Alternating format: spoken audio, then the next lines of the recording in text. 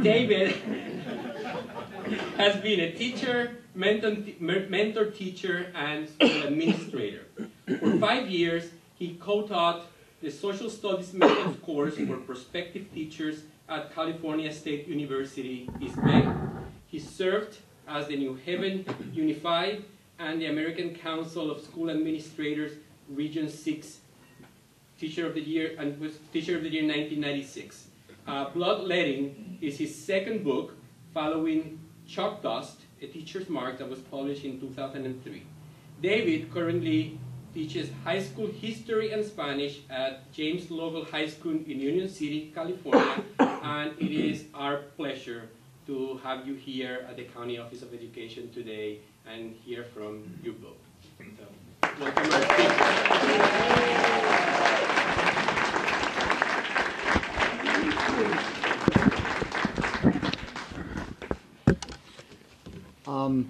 I mean, first of all, just so many thanks. First to the Alameda County Office of Education and the Alameda County School Boards Association for hosting this event, and to Eileen McDonald, who sort of was the spearhead to make sure that tonight happened. So a big applause for Eileen, who brought us all together tonight. And as long as we're mentioning all these teachers of the year, I want to mention Charles Reynez over here, who I believe was both a state teacher of the year and nationally recognized teacher. So please stand up, Charles. And thank you, Joaquin, for introducing me. And it's a pleasure to meet you this evening, hopefully the beginning of a long relationship. I think I have some bad news. I mean, I want to thank as well all my friends who came tonight, who have put up with me for the last 15 years as I talk nonstop on all the things that get me upset and that I eventually put into this book. And I imagine a lot of you had hoped that, all right, he published the book, maybe he'll shut up now. And here I am, now I've got an open mic. Okay, maybe I'll shut up now after tonight. And I guess I want to say, no way. No way. And my hope with this book is that I will encourage you to never shut up either, and I'm more on that in a bit. But if you had someone you loved and you saw that person being poisoned to death, would you shut up? And the point of my book is that our schools are being poisoned to death. They're being bloodlet. And why bloodletting? We all know that bloodletting was an ancient practice that everyone thought would help. But it usually did more harm than good and sometimes even killed people. And that's because it was based on a huge misdiagnosis of what the problem. And that's what's going on in education today. We have just a gigantic misdiagnosis of what the problem in education is. And make no mistake about it, the fact that I oppose the current reforms does not mean that we have a lot of work to do in education. We really do need massive reform. It's just what we're doing right now is causing more harm than good. Now, Bill Gates and his Lieutenant Secretary of Education, Arne Duncan, their diagnosis is that teachers neither challenge nor are they challenged enough. And so what we need, that's the diagnosis. And the prescription is, for example, now I can't even read my notes, are accountability and competition of market-based reforms. And if we implement them, then those lazy teachers will finally have to get off their duffs and get to work. And then we'll wait for the inevitable miracle in American education. And of course, it never happened. And it's still not happening. And so the first chapters of my book go through all the different sort of prescriptions, from charters to vouchers to merit pay to standards and so on, and talk about, well, here's what they said they would do, but then let's do something that the Bush administration, the Obama administration promised that it would do. And it said that when we take over, we will no longer base our policy on ideology, we will base it on data. And my book goes through each one of these and says, there's no data. I mean, pretty much, remember that commercial, where's the beef? And I always say, well, where's the data that this is effective? First, the data that it has ever worked anywhere, and then where's the data that it's working now?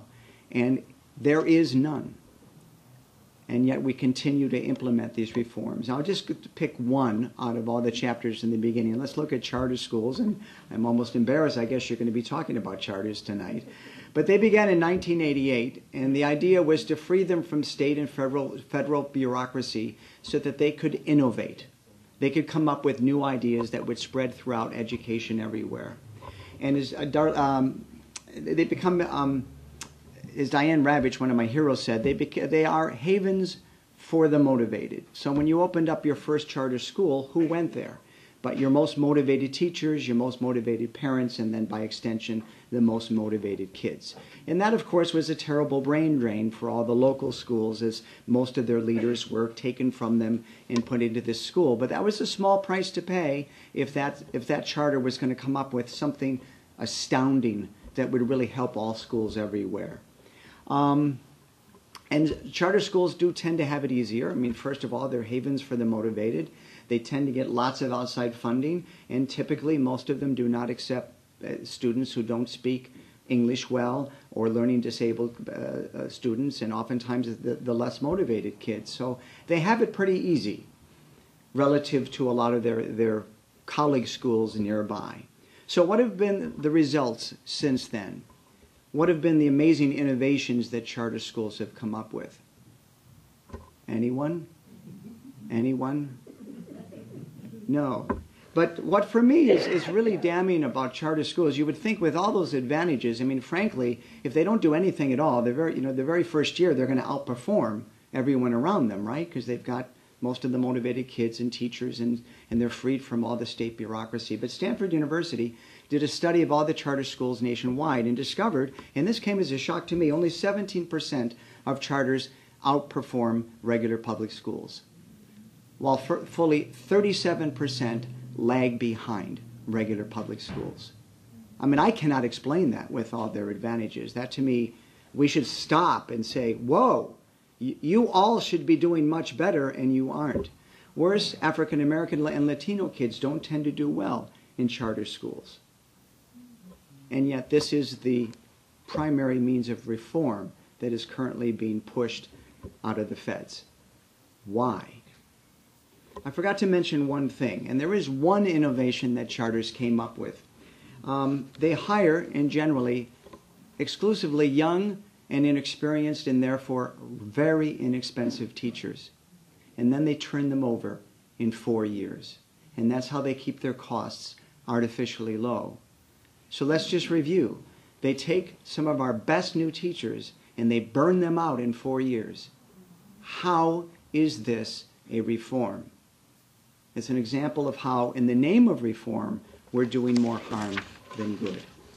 So very quickly, I've got sort of a short chapter on each of the different reforms. I'm just going to mention vouchers, choice that it says, but it's more, choice usually means it's only the schools that get to choose. And like charters, another word for vouchers would be skim the best and leave the rest.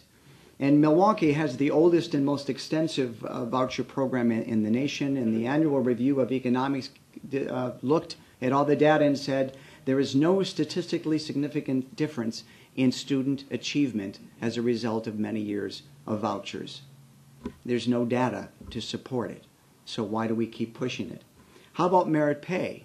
The idea, well, if we just hold the carrot of a little bit more money, then teachers will rise to the challenge and begin to work. Well, there was a great merit pay program in Nashville in 2009. The National Center on Performance in Teaching conducted its very famous point study, and it's the first scientifically rigorous study of merit pay. It doesn't work. Did not raise student achievement. And yet the day after this was announced, Duncan released several $100 million to push more merit pay programs throughout the nation. There's no data to support it. Standardized testing, that'll fix things, right? The only trouble is the famous Coleman study in 1966 showed that standardized testing reveals primarily who walks through the front door of a school. Wealthy kids do very well, poor kids not so much. That's what we're measuring. Linda Darling Hammond in 1985 came out with another study and said that those states that had adopted high-stakes standardized testing as a means of education reform showed a subsequent decline in student achievement. And yet this became national policy in defiance of the data that was already on the books.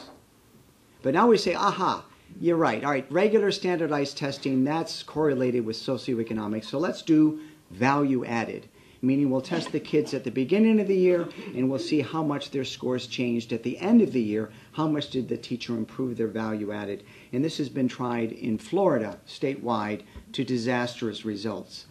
The Economic Policy Institute took a look at merit pay and discovered that less than a third of the people who were ranked in the top 20% remained there the following year, and 1/3 of them moved to the bottom. In other words, just massive amounts of fluctuation up and down, indicating very early on, whatever we're measuring, it's not teacher quality. But nonetheless, this is what the feds want us to implement nationwide. Now, there's no data to support any of these reforms that it's improved education. So Gates and Duncan are saying, oh, well, that's because we haven't implemented market-based forms enough. Similar to we never bombed Cambodia enough. All right? And so now we have the new Common Core, and we're going to use standardized testing to evaluate teachers and raise the stakes on high-stakes testing even higher. Now, of course, my thesis is it's all doomed. It's just a monumental waste of energy, spirit, money, and it's destroying what's good in education because it's a huge misdiagnosis. All right, second part of my book, all right, Dave, put up or shut up. So what is the problem then? What is the correct diagnosis? And I should say diagnoses, and I call them Voldemorts because they're all the things that no one wants to talk about, which is why a lot of people love the market-based reforms because they're simple and they're safe. But once we start to talk about what the real issues are, we start opening things that, oh, Dave, no, don't mention that. Oh, that's embarrassing. Don't go there. I'm going to go there very briefly, and I got a chapter about each of these in my book. The first one is, and I say, the biggest question is, who's teaching our kids? Duh. All right? Who's teaching them? And the thing we don't want to talk about it is that the people who become teachers tend to come from the bottom percentiles of our college graduates. How are we going to build a world-class system of education if we don't put our best and our brightest into our classrooms? No one wants to talk about that because that's rather embarrassing. And to fix it, ooh, that's a big problem. I mean, and then half, too often the better half, leave after only 5 years. And so instead of fixing the profession, we've gone on a witch hunt to root out those bad ones. And I keep saying, how many are we talking about? 5%, 10%? And how many hundreds of millions of dollars have we sent to try to root out these bad teachers? And what's been the result of this witch hunt? Over the last decade of reform in California, there has been a 66% decline in enrollment in teacher education programs. We're causing more harm than good, and we aren't addressing the real problems. Problem number 2, 20%, 1 out of every 5 kids, higher here in California, live in poverty. That's the highest rate in the industrialized world and the single most powerful impediment to academic success. As a matter of fact, they did a study, and they can correlate. I mean, it's almost astounding that a $1,000 decrease in family income leads to a 3.6% decrease in reading performance on standardized tests. You know how we've heard that we don't do so well on international tests? Well, here's the thing. Poor kids don't do well on standardized tests in other countries either. The difference is we've got a much, much, much higher percentage of poor kids here, and that drives our scores down. Lately, they've begun to disaggregate that data and adjust for poverty. And our kids, once we adjust for poverty, our kids do quite well. Thank you very much. It's the poverty, stupid. But no one wants to deal with that. Problem number 3. We just celebrated the 60th anniversary of Brown versus Board of Education, but our schools stand more segregated by race and class today than ever before in our nation's history. And let me tell you, separate is still not equal. Now, we've got a nation of apartheid schools. Now, are Duncan and Gates saying that this must stop and we must find a way to end this? Can we ever hope to have wonderful schools if our schools remain segregated? Of course not. Number 4, this may be the most heinous moral outrage of our time. To those decrepit, segregated schools, we send our least qualified teachers. That's morally wrong. And we've let this go on for decades after decades after decades. And now a California judge says we just need to remove tenure, and that's going to solve the problem. Really? Number 5, the United Nations ranks the United States 34th out of 35 industrialized nations in terms of childhood well-being. This nation is suffering a crisis in family and culture, and we are in denial. We've got all these kids with just massive obesity and ADHD and depression, and do you think that affects the way they do in school? Are we going to fix our schools without fixing our culture? It can't be done. Lastly, we are clinging to a century-old assembly line industrial model of education. Let's sort the kids according to their ages. Let's have them all learn the same thing at precisely the same time. And we've got, in the United States, some of the most diverse round pegs in the world, and we're trying to stuff them all into the same square Common Core standards. And then when it doesn't work, we label them, their teachers, and the schools failures. So, what's my prescription then? I've just outlined some pretty horrible problems. What to do? This is the final section of my book. And I cite Finland. Finland was where we were about 3 decades ago. And then very quickly they rose to become among the most highly respected system of education in the world. And in 2009, they were ranked number 1. How'd they do it? First of all, they chucked all their market-based top-down reforms. They just said, it's not working. They actually looked at the data. And they said, it's not working, so why are we doing something that we know doesn't work? And then they just said, listen, it's all about equity and quality. So it's not throwing away standards, it's where do you put them? And you put them up front, and they said the most important thing is to put a great teacher into every single classroom in our nation. They said it was a matter of survival for their nation. And they did it. If you go to Finland today, their teacher education programs are more competitive in many cases than their schools of medicine and law. Every teacher is required to get a master's degree, but the government pays their tuition. When they graduate, they receive salaries commensurate. I said that wrong, didn't I? Anyways, they get paid decently, relative to the other people. All right, they all belong to the same union. Yes, they have tests. There are very few of them, and none of them are involved in evaluating schools and teachers. And by the way, they have very small classes, usually about 20 to 1. Now, many people say, oh, you can't compare the United States to Finland because it's a smaller country and it's a more homogeneous population, so they just dismiss them. And I say, okay, if we're going to look at differences, let's look at all the differences. Let's look at the fact that they have a much more narrow distribution of wealth. Let's look at the fact that they have 1/4 the poverty rate that we do here. Everyone and all their kids have free health care, free preschool, free daycare, free tuition at all their schools. The parents enjoy extended maternity leave, free high-quality daycare, and a government stipend per child. 70% of Finns bought a book last year. 75% of the parents read to their child last year. Here's the truth. By the time a Finnish kid finally makes it to his or her first classroom, he or she is so much better prepared and more healthy than most American kids. That's what we don't want to face. Now, if we're going to learn the lessons of Finland, we've got to accept that reform must be holistic and far-reaching. It must change not just our schools, but our communities and our culture and our priorities. Education is but the canary in the coal mine of our nation.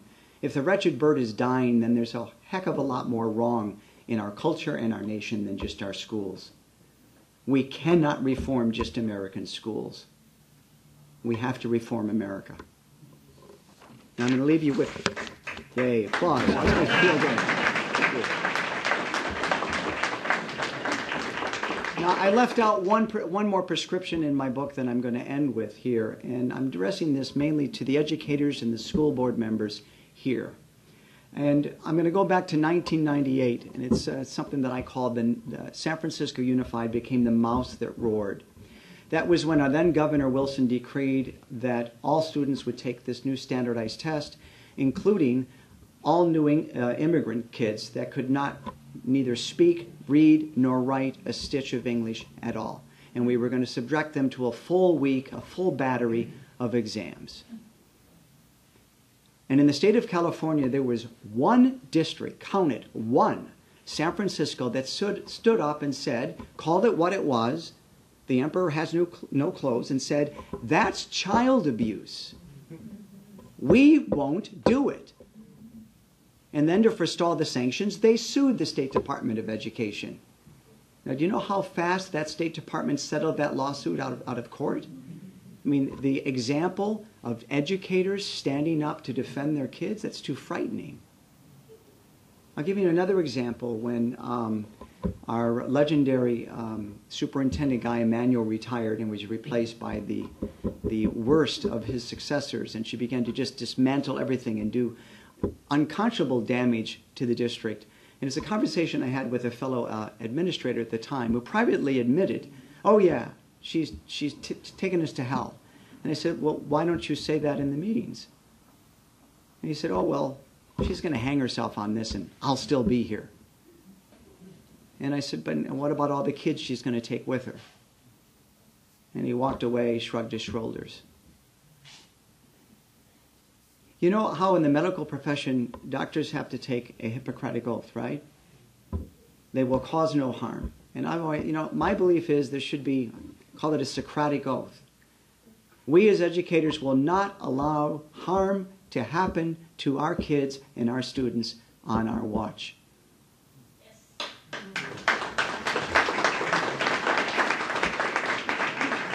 But we're all guilty. I mean, let's be honest with ourselves. No child left behind. All my colleagues, administrators, superintendents, board members, we all knew it was wrong. We all knew it was wrong. We all knew the policies that we were doing to try to bump up our test scores were not in the interest of all our kids. It brought out the worst in education, and we knew it. And we would talk amongst each other, isn't this awful? And then we would vie amongst each other to see, but I'm not going to be the first to fall into program improvement.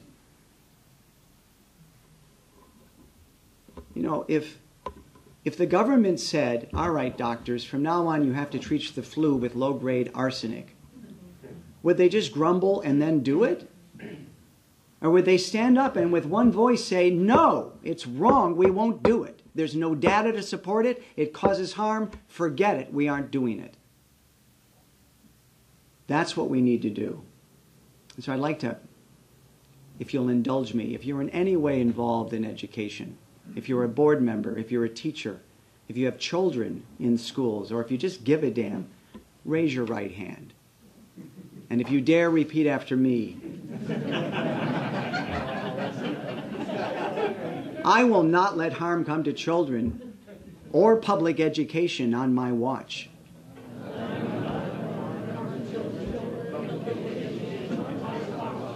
I will speak out. I will not shut up. I will never shut up. Thank you all very much.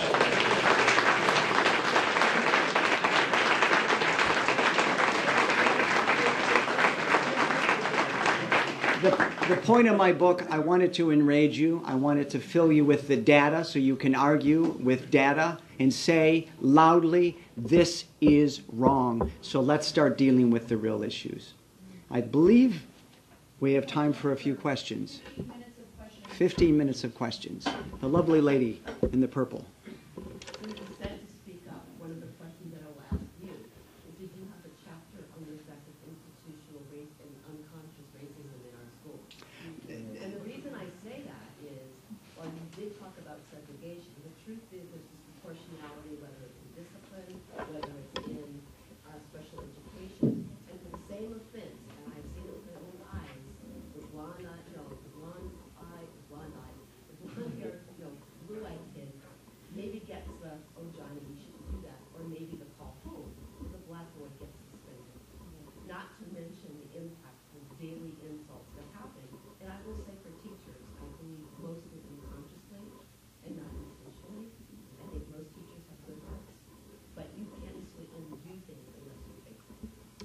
The question is, Dave, do you have a chapter in your book about the institutional racism already in